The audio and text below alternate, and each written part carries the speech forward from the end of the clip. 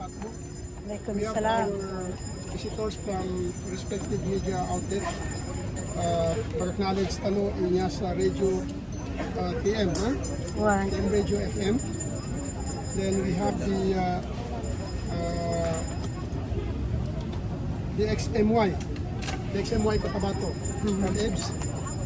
And the rest from Magnet FM. Magnet FM. From Adolescent TV News. Okay.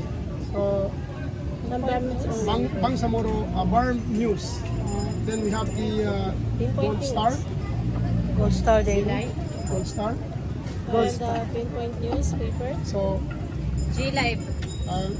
G-Live. G-Live. Okay, G-Live. Okay. So nandito sila. So ngayon ang kaharap natin ay sila yung mga officers natin from the regional staff ni Sir Muhajir Iqbal, from the Central Mindanao region, si Kakaduma Mascud, and the other one, si Datu Bob Stil Sinswat, who is the political leader of Datu Udin Sinswat, especially in proposed municipality of Balabaran Sinswat. And the other one is the cluster head of United Bangsamoro Justice Party of Maguindanao del Norte, also a chairman of Tawato Provincial Committee of MILF. And the other one is the executive officer of the Datu Udin Sinswat UBJP chapter. So ito yung composition nila. So baka may mga katanungan po kayo tungkol po sa ginanap na ang highlight po ng event natin ngayon is Municipal Kanduli. Thanksgiving for the blessings na binahagi sa atin ni Allah Subhanahu wa Ta'ala, lalong-lalo na yung pagbuo natin sa isang transisyon na gobyerno. Then along the way, may mga batas na naaproba na yung Parliamentary Bill 190 and 191. Those are the division and creation of the proposed municipalities of SEC Amsa Abbas and Balabaran Sinswat Municipality from the municipality of Datu Udin Sinswat. So ito yung highlight ng event natin. Sige. Gaya muna natin kay kay Professor Duma Mascud. Ilang barangay yung dumalo sir dito? Yung dami po ng mga partisipante na dumalo po ngayong municipal Kanduli ng UBJP. 5,500. Yung participants is 35,000. Almost 6,000. More or But less. for as to barangays is 22 barangays.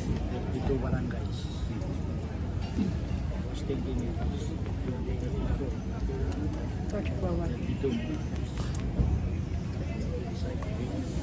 Nangangahulugan lang ito Sir Duma na ang mga membro ng UBJP, particularly dito sa DOS, talagang suportado ang nasabing partido.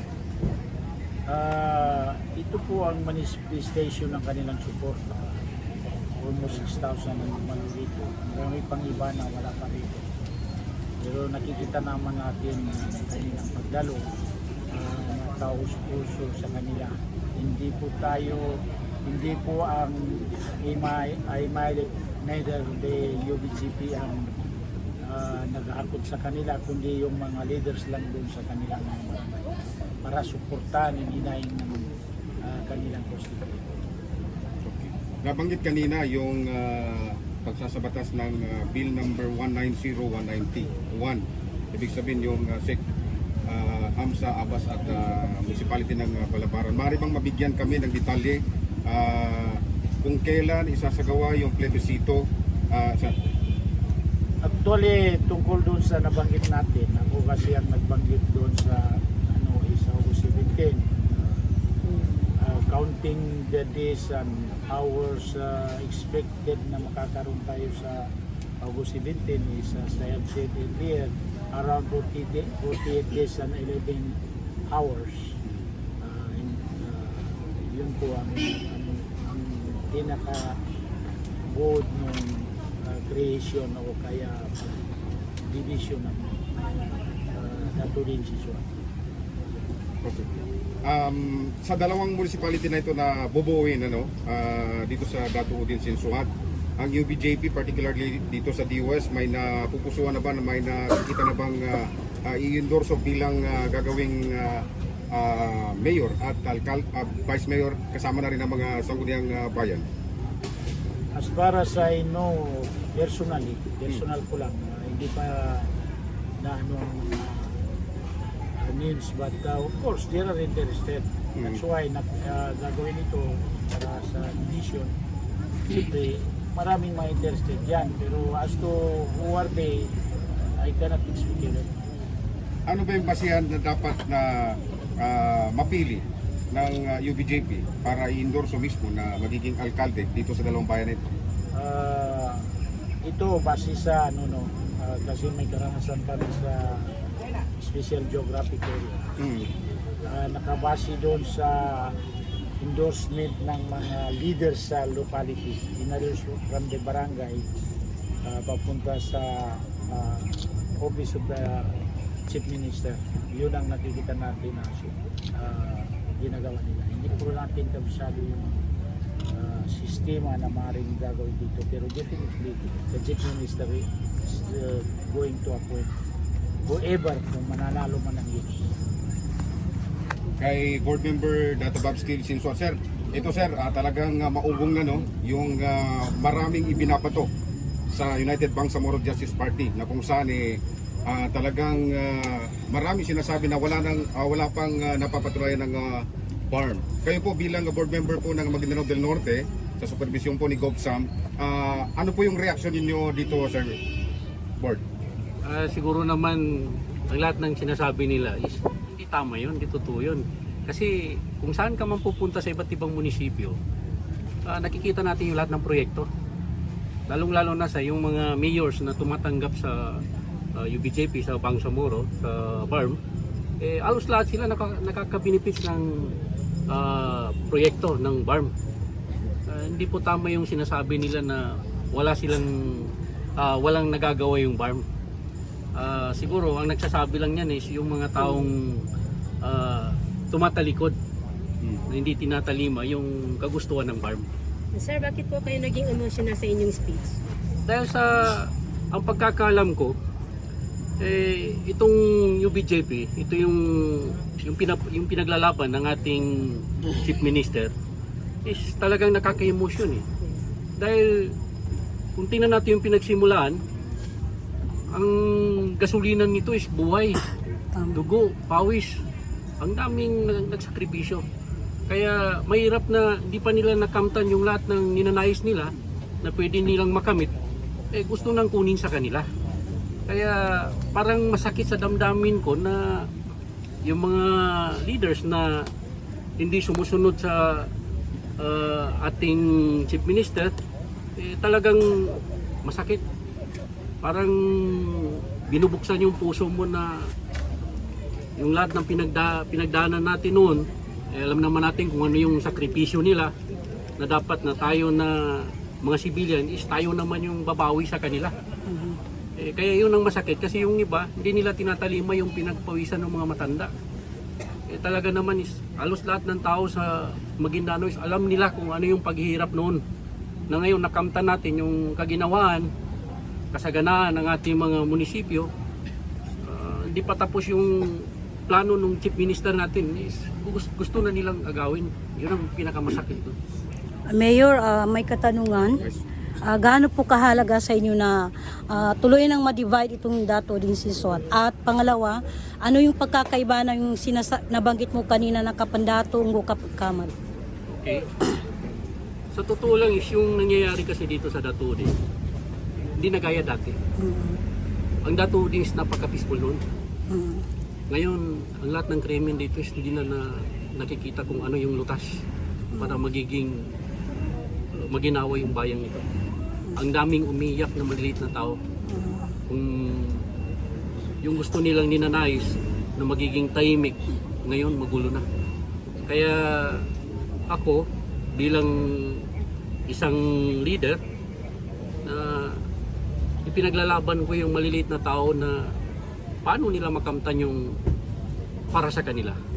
Yung pagiging dato magkaiba sa political. Kasi ang dato is nandyan na yan. Hindi yan ginawa. Simula pa sa ninuno namin, nandyan na yan. Yung pagiging leader, ang lumalagay dyan is yung maraming tao. Hindi kami yung nagnanais na may lagay dyan, kundi yung maraming taong lumalagay para magiging leader ka. Magiging mayor ka, vice mayor, kapitan, kagawad. Hindi hindi pwede na ako yung magnanais din kung hindi yung maraming tao. Yun yung pagkakaiba. Okay. Kaya sir, dito naman po tayo kay sir. Sir, gaano po kahanda ngayon ang dose sa plebisito at sa darating po na election? Actually, handang-handa na ang para sa alalapit na Ano po ang ginagawa ng paghahanda ngayon, sir? Dahil papalapit na po talaga yung plebisito ng kasi ang UBGP dati na susunod isang laban mo nagkaroon ng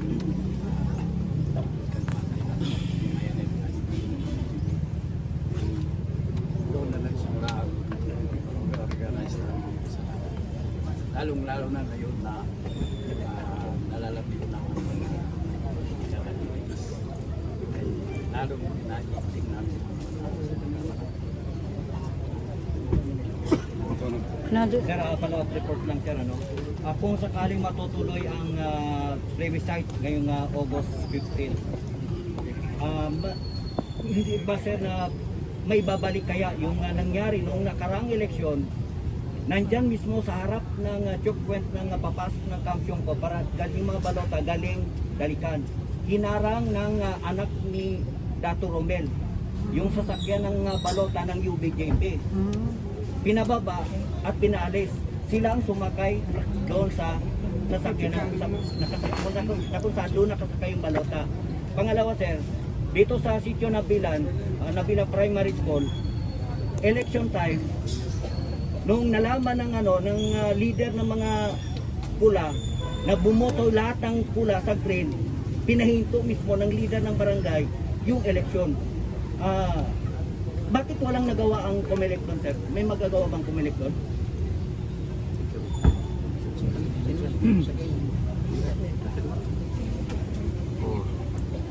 Actually, nung time na yun is siyempre halos lahat ng taga-Dato din is naninibago. Wala silang alam sa, yung karamihan is hindi pa nila alam yung gagawin. Kaya ganun yung nangyayari. Yung mga watcher natin natakot, kaya hindi nila naipilit yung kagustuhan nila. Pero ngayon hindi na mangyayari yun. Kasi ilalaban natin yung kung ano yung karapatan ng maraming tao. Talagang gagawa natin ng paraan. Before yung yung plebiscite is gagawa natin ng paraan na ma-secure natin yung boto ng maraming tao. Kasi hindi natin inaagaw yung pagiging leader dito sa Dato din. Ang ginagawa lang natin dito is kung ano yung gusto ng maraming tao, yun ang susundin natin. Hindi tayo yung nasusunod. Ganun lang po yun. At saka sir, isa pa sir, follow up lang sir. Yung mga guro sir ng Barangay Awang, isa nakausap nila ako na nakikiusap sila na gusto nila kung sakaling matutuloy daw ang plebiscite o sa susunod na eleksyon 2025, gusto nila may representative galing BARM para hindi na makapasok yung mga sinso talaga sa loob. Oh. Actually, lahat ng yan is bawal. Lahat ng ginagawa nila, yung papasok ka sa presinto na hindi ka naman watcher, pwede kang pumasok doon para magboto.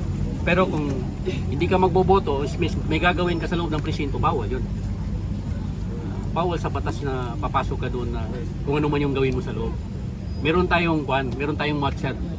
Oh, kailangan yung watcher natin matibay. May paninindigan. At matapos. Yun ang pinaka-importante doon. Kaya yung sabi ko sa inyo kanina, nanibago kasi yung tao ng Dato Dinis kasi first time yun eh. First time na nagkaroon ng eleksyon na may lumaban. Kaya yung karamihan is hindi pa nila alam yung gagawin. Siguro napag-aralan nila kung ano man yung laps na ginawa na hindi nila nagawa nung time na yun. Baka ngayong plebiscite is hindi na mangyayari. Inshallah. Final question, sino pa? Isang question lang para kay Sir Duma Mascod. Sir, speaking of UBGP party, what is the concrete factors na kalamangan ng UBGP party sa lahat ng kanyang mga katunggalin party? Yung kay Na-establish na yung natin, structure, ground na natin, structure natin, hanggang sa barangay, hanggang sa sitios. Meron na tayong mga tao dyan. Yan po ang pinaka-factor na nandiyan sa atin. Pangalawa na factor, tayong nasa gobyerno. Malaking kalamangan yung nasa gobyerno po tayo. So, in-expect natin na hindi tayo magiging dihado sa pagkakataon na yan dahil ganun na may mga ano tayo, tao na tayo sa ground. Nakita naman sa lahat ng ginagawa natin ng ganito, pagtitipon ay hindi na tayo gumagasto na UBCP, kundi ang tao ang gumagastos para sa kanila. Yun ang lamang. Sir, para sa lahat, para sa kalaman ng lahat, no, bakit kailangan suportahan ng UBJP? Ano yung kagandahan ng UBJP na wala sa ibang mga partido? Ganun pa rin ang question. Ang UBCP, alam mo kasi ito gumanon struggle. Sa pagkikibaka natin ng mahigit, kung isa sumahin natin, 49 years ang pinakamatindi na struggle natin. Sa loob ng 49 years na yan, nagsakripisyo yung mga leaders natin dyan. Nandoon yung magtago sila sa kabundukan, nandoon yung magtago sila sa karagatan, nandoon yung magtago sila sa bawas. Kung saan sila, dahil ipinagtanggol nila yung karapatan ng bansa mo. So nararapat lang na sila ang humawak ngayon sa atin, sa gobyerno. Nakuha pa yung farm na to sa pamamagitan ng negotiation.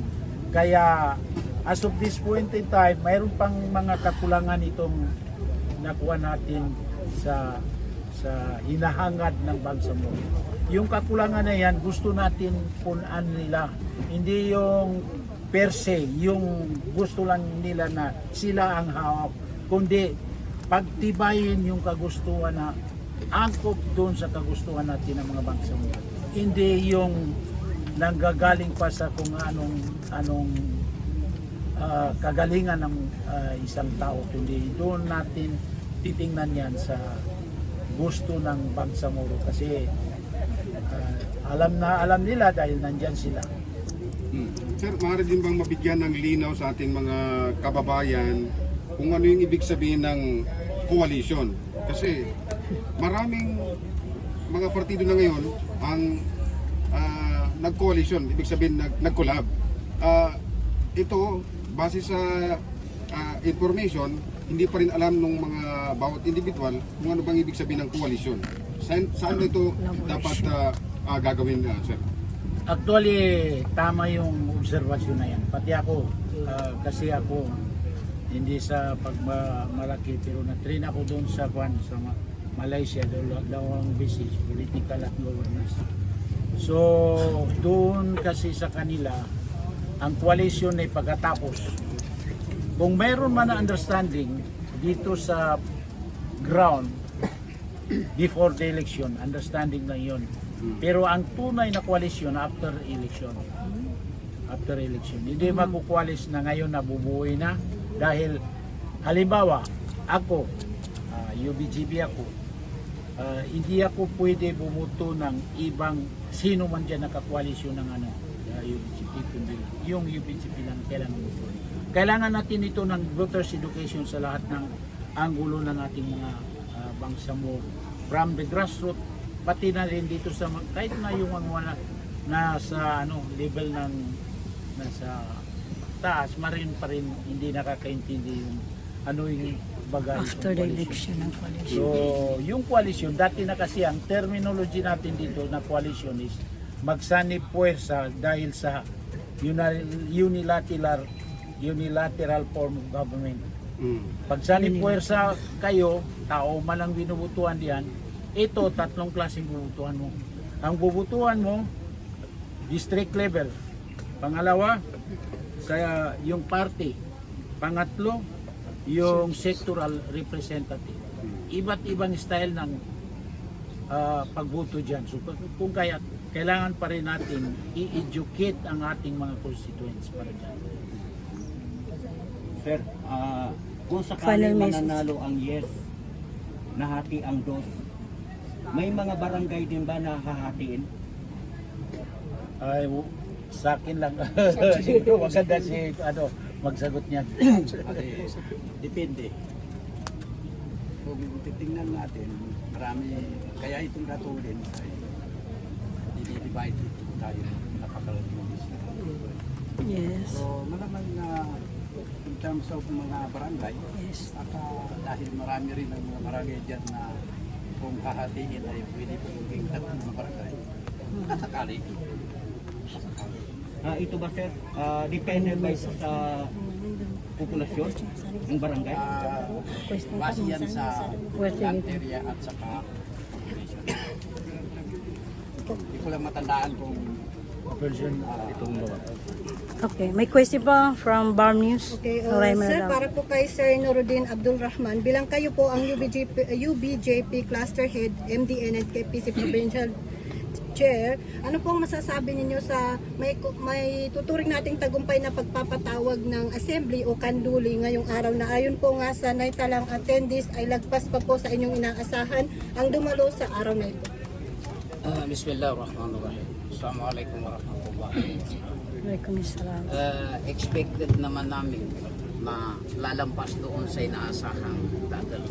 Kasi nakikita namin sa mga tao natin na matagal na silang naghahanap ng leader na yung sinasabi natin kanina na adil na mga leader. Ang adil na yan is Arabic term na ang ibig sabihin is yung mga matito mga leader, kasaligan ang mga leader, which is yung mga leader na yan na hinahanap ng taong bayan is dito makikita sa leader natin ngayon sa MILF at ng MNLF, na kung saan yun yung kaibahan doon sa ibang party is yung UBJP sa pagsasabi sa kanya na principal political party. Ang ibig sabihin nun, pagka mananalo itong UBJP natin, ang number one na kanyang programa is yung moral governance. Pangalawa is yung people's empowerment. Bakit gusto ng taong bayan na magbalit ng mga leaders? Kasi sa tinagal-tagal na panahon is hindi na-empower yung mga tao. Ang ibig sabihin ni UBJP doon sa people's empowerment is lahat ng tao basta alam ng kanyang mga constituent na maganda siya o kailangan na magiging tatayo sila bilang leader. Hindi kailangan na dato lang siya. Hindi kailangan na siya ay matagal na sa panunungkulan sa gobyerno. Kahit anong uri ng tao na basta makikita ng taong bayan na yun yung makakatulong sa kanila, ay yun ang ibubuto ng tao. Yun yung pagkakaiba. Okay. Siguro Siguro sir, final message. maaari bang mabigyan kasi kataga ngayon ng UBJP na matutanong. Ano bang ibig sabihin bakit matutanong? Any reaction po sa inyong apan? Bawat sa message. Sa ngayon, doon sa status ko, itong mga leaders natin dito sa local, lalo na dito sa local, is sa totoo lang yung mga taong bayan is natatakot doon sa kanila. Nakikita lang natin na lumalaban pagdating ni UBJP. Kaya yung motto ng UBJP ngayon is matutanong. Yan sa motto niya na matutanong, doon natin nakikita yung at tumatayo yung mga leader na ito na gusto nilang tatayo sa kanila is doon natin nakikita yung taong bayan na matagal nang minimithi na magkakaroon ng change yung sistema ng gobyerno. Dito nakikita dahil sa pagtayo ni UBJP. Yun yung slogan natin o motto natin is matutanong. Kasi yun nga, matagal nang gusto ng taong matutanong. Kaya lang hindi pa napapanoon noon o wala pang tumatayong mga leader na yun yung kanilang paninindigan na matutanong. Kay board. Board. Okay. Ito na yung final Siguro alam message naman nila. natin yung ibig sabihin ng lumaban. Hindi tayo lumalaban para makipagbarilan. Lumalaban tayo para manindigan na ang masusunod yung maraming tao. Yun yung tatanggalin yung takot ng maraming tao na kung sino mang ninanais mo na ilagay dyan is dapat yun. Yung nasa tama. Hindi yung mato tayo na makipagbarilan. Lumaban tayo para sa kinabukasan ng ating mga anak, pamilya. Ganun yun. Kay Sir Baba. Ibig sabihin ng matutan, laban tayo. Ano bang ipinaglalaban natin? Yung karapatan ng Bangsamoro na ni minsan, simulat sa po, ay hindi nila nararamdaman. So, ibig sabihin ng mato, lalaban tayo, baka sakaling mananalo tayo sa ating pinaglalaban, doon natin makamit ang lahat ng ating binibigay. Okay, so Sir Duman. I think the time is up. Ready? Na Mensahe na lang siguro, sir. Kanilang apat. Ano yung inaasahan sa darating na plebiscito, first parliamentary election sa BARM, at syempre dito na rin sa matagumpay na municipal Kanduli, and dito sa Dios. Una kay Sir Dumamas ko. Mensahe, sir. last message. Final message. Thank you. At least napadpad tayo dito sa pagtitipon na ito dahil sa gusto nga natin mangyari, ma-empower yung mga tao dito sa sinasabi natin part natin ng Central Mindanao. Ma-empower na nang sa gayon na kanilang kagustuhan may taguyod at mangibabaw. So yun po ang hinangangat natin, kaya po para po mabigyan natin sila ng kumbaga guts na para sila manindigan doon, yun po ang gusto natin nangyari. Kaya po sa kanilang lahat, ang may papayo po sa kanila ay manindigan tayo para sa ating bansa.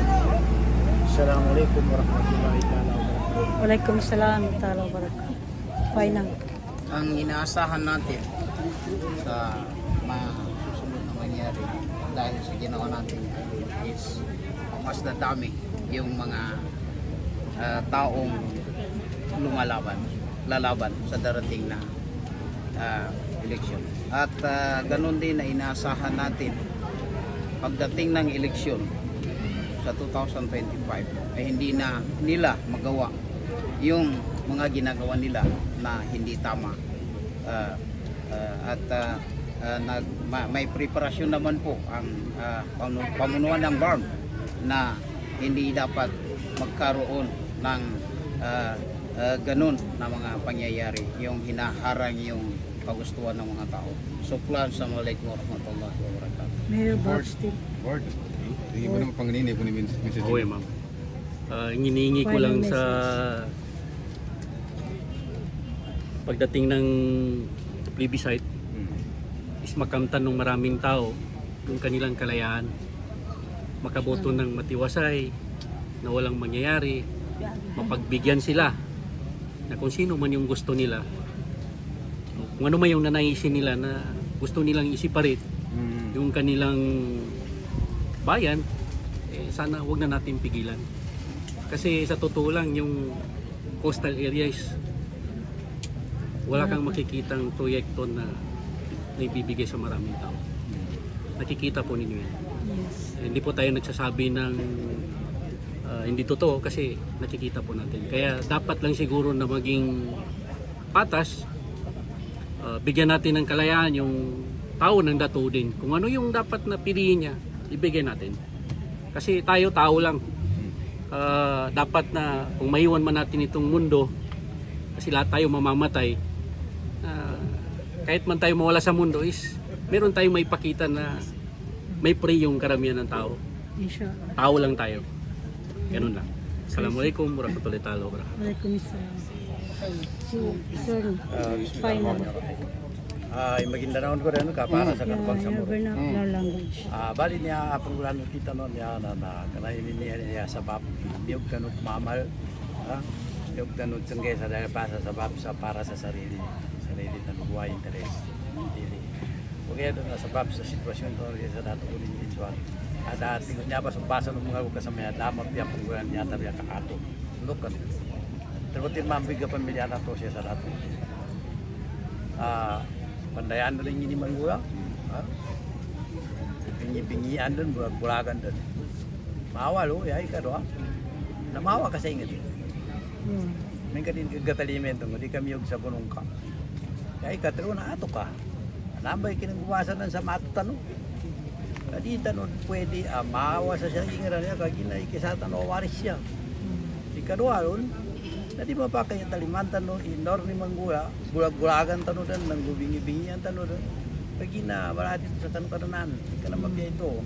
So nambay sa mapi di Bakato tano. So kaya ko siya makapanganikan wala uno pagkinig diyan ko pagelay sa babsa niya akahanda na para sa kita nutanan para sa daypa para sa kanaya masala sa agama Islam na mag-isa-isa tano dan siya kan mga tao against kanu niya pamikiran nabasi pagitong kano ka naman malati makapaganggayatan sa Q ya ini paliwato agama Islam na makayo itaw kami kana namin yung pangilen di walat kaya namin pangilen nakaginapag kami sa makatitusol kami kawagi po na yan namin kapag kilayon na yan magkagkapya siya na mo pakitatunin hiswatan na kandos kami makakamay sa ginawa namin so kagina kaya na po banginin sa mayana na porsyon na kami pagkakaga sa kamay kaya namin banganin na sugod kami ano po ba solusyon at itanong mga tanong Wassalamualaikum warahmatullahi wabarakatuh.